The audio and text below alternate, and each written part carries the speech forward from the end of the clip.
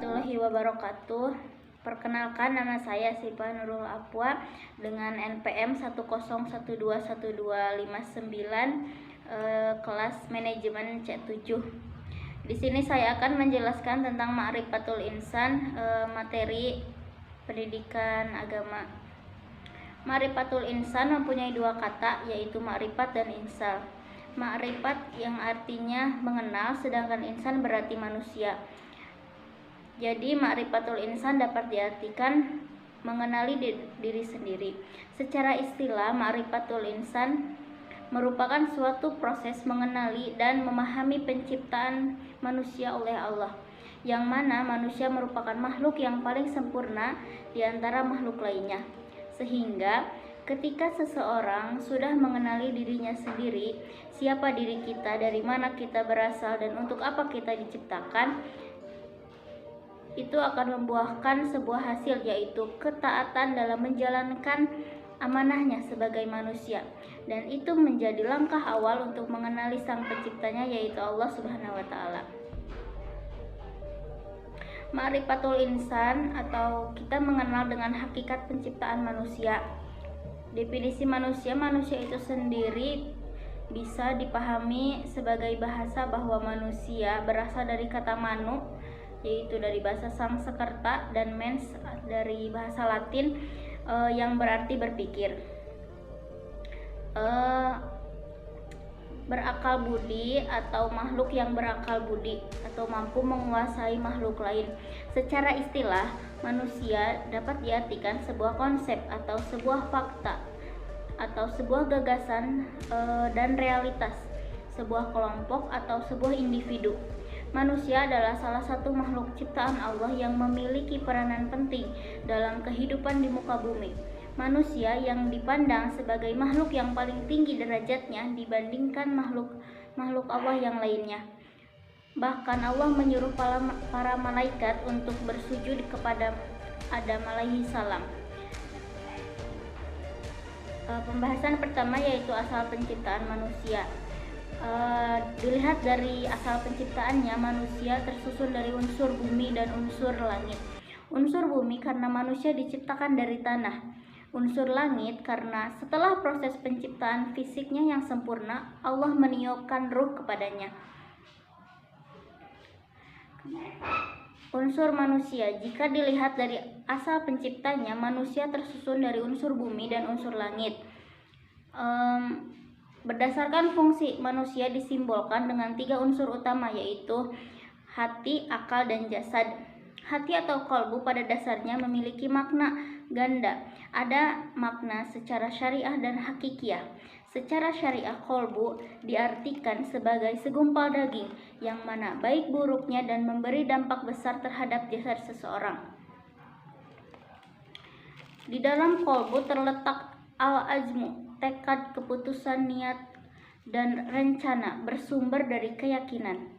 Disinilah letak takwa itu, sebagaimana disabdakan oleh Rasulullah, yang artinya, janganlah kalian saling hasad serta membuat nasyaj atau menawarkan barang dagangan lebih tinggi untuk mengecoh pembeli lain, saling membenci, saling membelakangi, dan janganlah salah seorang di antara kalian menjual barang di atas jual beli oleh orang lain.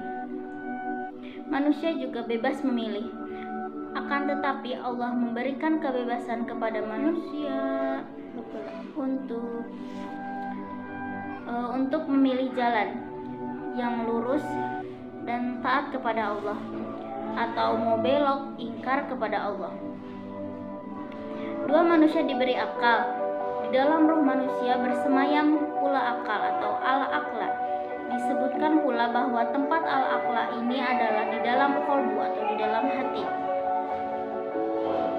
Yang ketiga ada jasad. Jasad sangat mudah dikenali karena ia dapat kita lihat dan kita raba. Karena itu tidak ada perbedaan tentang hakikat jasad ini.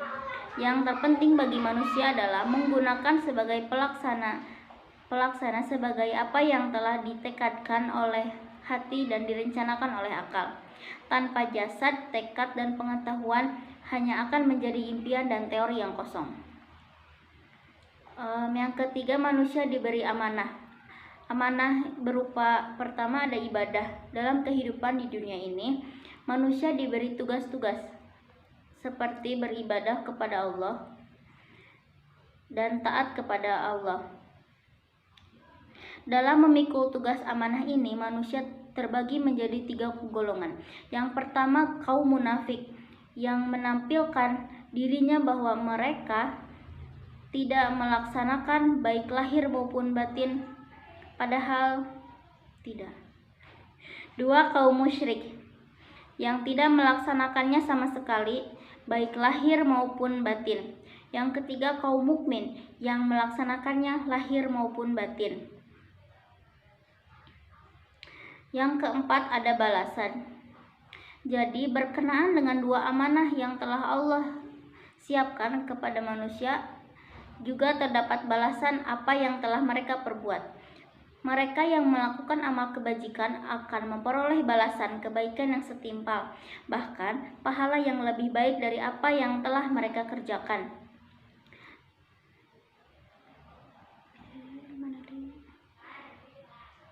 Sementara bagi orang-orang yang ingkar kepada perintah-perintah Allah akan dikenakan azab yang keras dan setimpal dengan apa yang dia ingkarkan. Yang kemudian ada nafsul insan atau jiwa manusia. Nafsul insan memiliki 2 kata, yaitu nafsu berarti sebuah perasaan atau kekuatan emosional yang berasal dari diri seseorang, sedangkan insan berarti manusia atau diri sendiri. Secara bahasa, kata nafsu berasal dari bahasa Arab.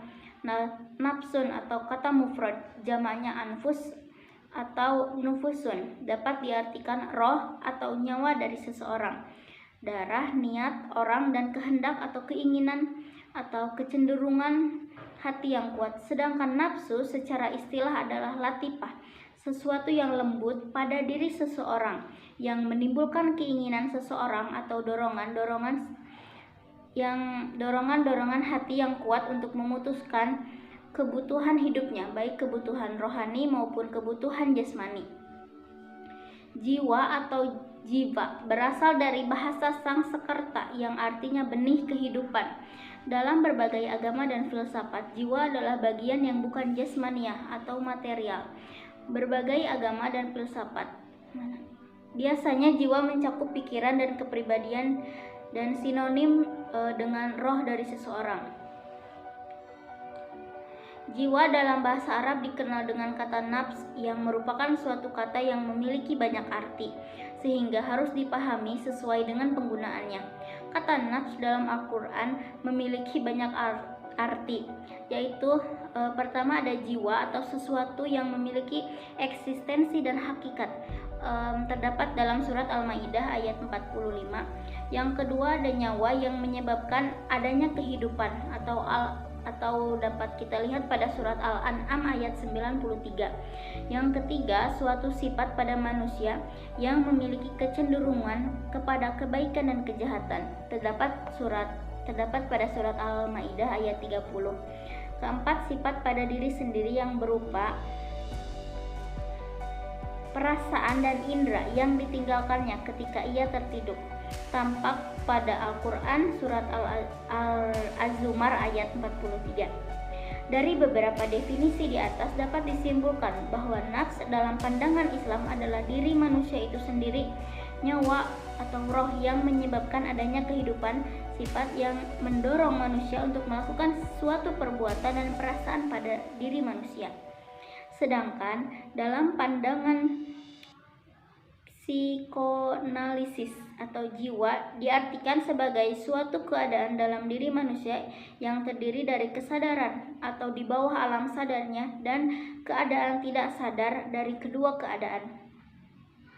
Kemudian seorang hamba dapat dilihat dari cara ia mengendalikan nafsunya. 3 tingkatan manusia dalam mengendalikan nafsunya. Yang pertama ada nafsu mutmainnah, adalah jiwa yang mendapat ketenangan. Terdapat pada surat Al-Fajr ayat 27-28. Mungkin cukup sekian yang dapat saya sampaikan. Mohon maaf apabila banyak kesalahan dalam perkataan. Sekian, wabillahi taufiq wal hidayah. Wassalamualaikum warahmatullahi wabarakatuh.